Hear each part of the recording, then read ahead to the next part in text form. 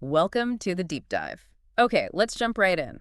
Government spending, how our money gets used, it's a big deal. Absolutely. And the rules of the game just got a major update with Republic Act 12,009. That's right, a significant piece of legislation. So today we're going to, well, boil it down. What are the top 5 changes in public procurement that people really need to grasp? Good plan. Whether you're inside government, a supplier looking to bid, or just interested in where taxes go. Exactly. This affects a lot of people. Our mission here is just to cut through the legalese, highlight the key reforms from RA 12,009 and what they actually mean. Okay, sounds good.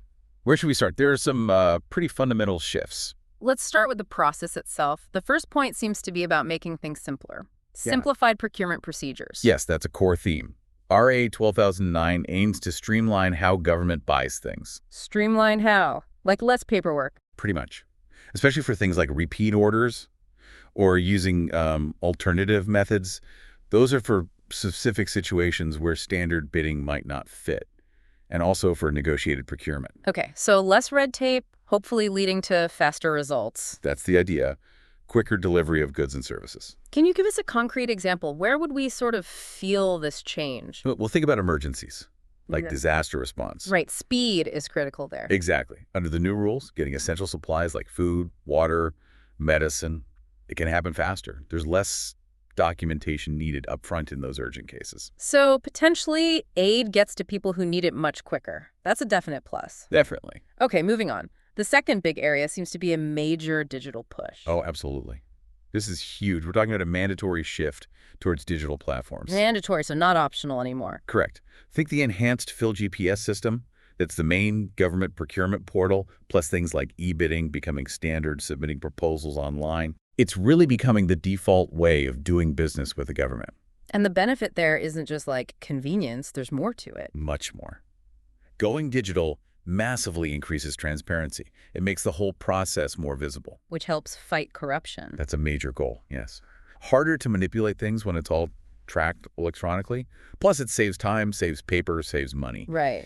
It really shows a clear direction from the government towards, e-governance, digital transformation. Makes sense. More open, more efficient. Okay, point 3. Who actually gets to bid?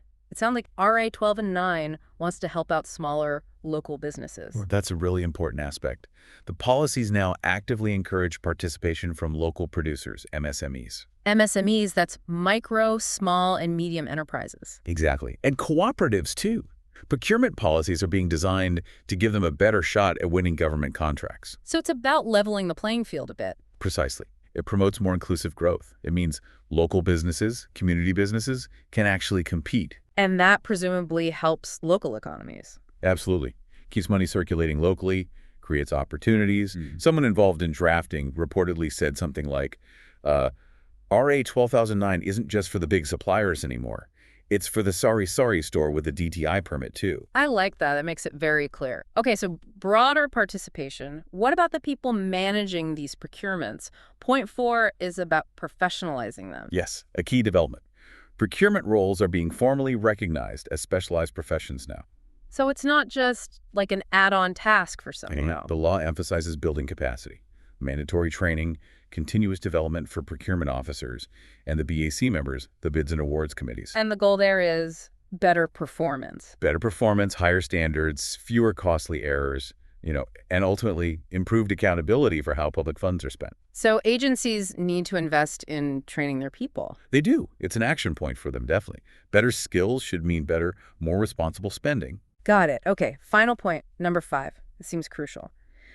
Transparency and accountability measures. How does the new law strengthen these? It tightens things up significantly. We're seeing stricter rules on conflicts of interest, for example. Okay. Clearer processes for blacklisting suppliers who don't perform or break the rules. More robust post-audit reviews to check everything after the fact. And what about whistleblowers? Better protection for them too, plus clearer reporting requirements all around. It's a whole package aimed at integrity. So more checks and balances, basically. Stronger deterrence against misuse of funds. That's the core idea. It's all about building public trust, making sure the system is not just efficient, but clean, like another source put it.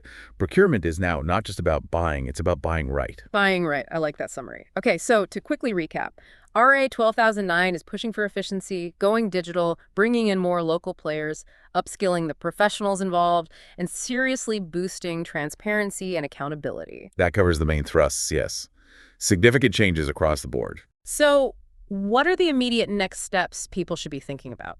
Well, for government agencies, it's definitely time to review and update internal procurement manuals to align with the new law. Okay, and for suppliers?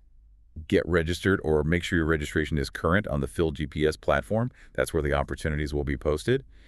And familiarize yourself with the new bidding requirements. Right, and for the BACs, the committees? They really need to coordinate with the DVM Department of Budget and Management and COA, the Commission on Audit, especially regarding the implementing rules and regulations, the IRR, as they get finalized and rolled out. Lots to digest. Which leaves us with a final thought for everyone listening. Mm-hmm. How might these changes reshape the whole relationship between the public sector and everyone who works with it? And, what could this mean for good governance overall in the country? That's the big picture question, isn't it? Something worth reflecting on. Definitely food for thought. Thanks for joining us for this deep dive.